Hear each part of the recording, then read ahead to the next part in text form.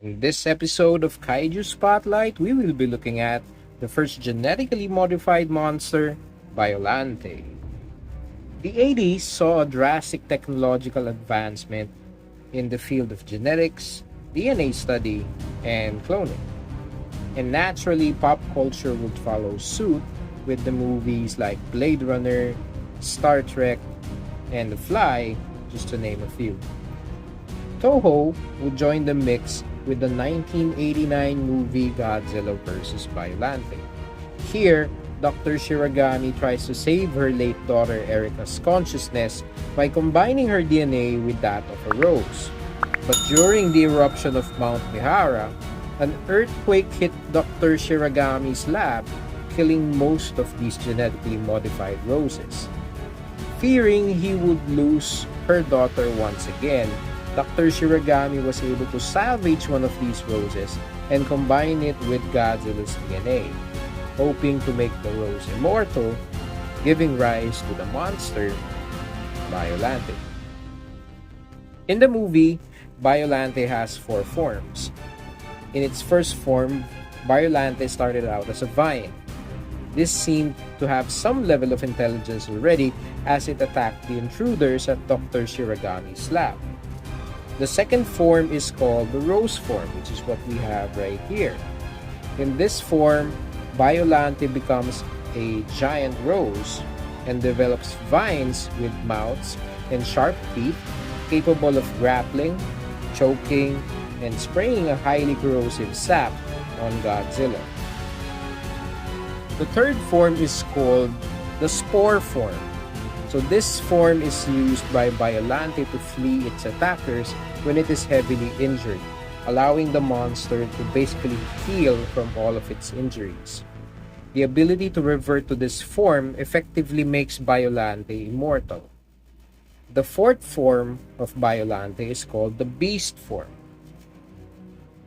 Here, Biollante develops a crocodilian-like head. Apart from the abilities I mentioned earlier, Biollante is now capable of spraying a corrosive sap through this newly formed reptilian head. Although Biollante doesn't have much in terms of weapons, nor is it very durable in battle, it regenerates any part of its body almost instantly. And following how it evolved in the movie, I assume it would have taken a more powerful form after losing to Godzilla the second time. And since Biollante is immortal, it could have done this over and over and over again until it has defeated Godzilla.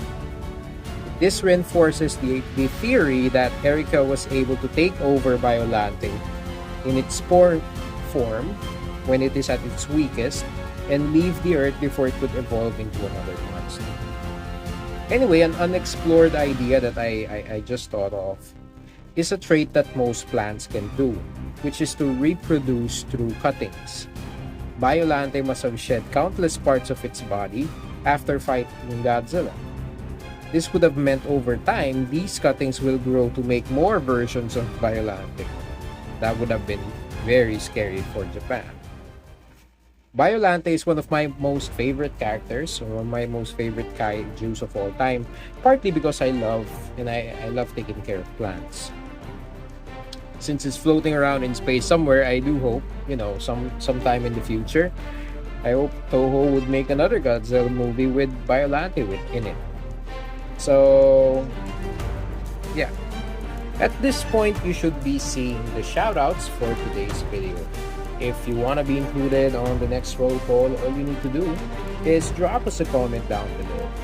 Show us some love. Subscribe to the channel. Hit that like button. So, yeah. I guess that's it for me, folks. What do you think about Biollante? Is Biollante too strong? Is Biollante too weak? Needs more weapons? Drop us a comment. Let's discuss it down below. So yeah, thank you guys for watching, and I will see you guys soon. Peace.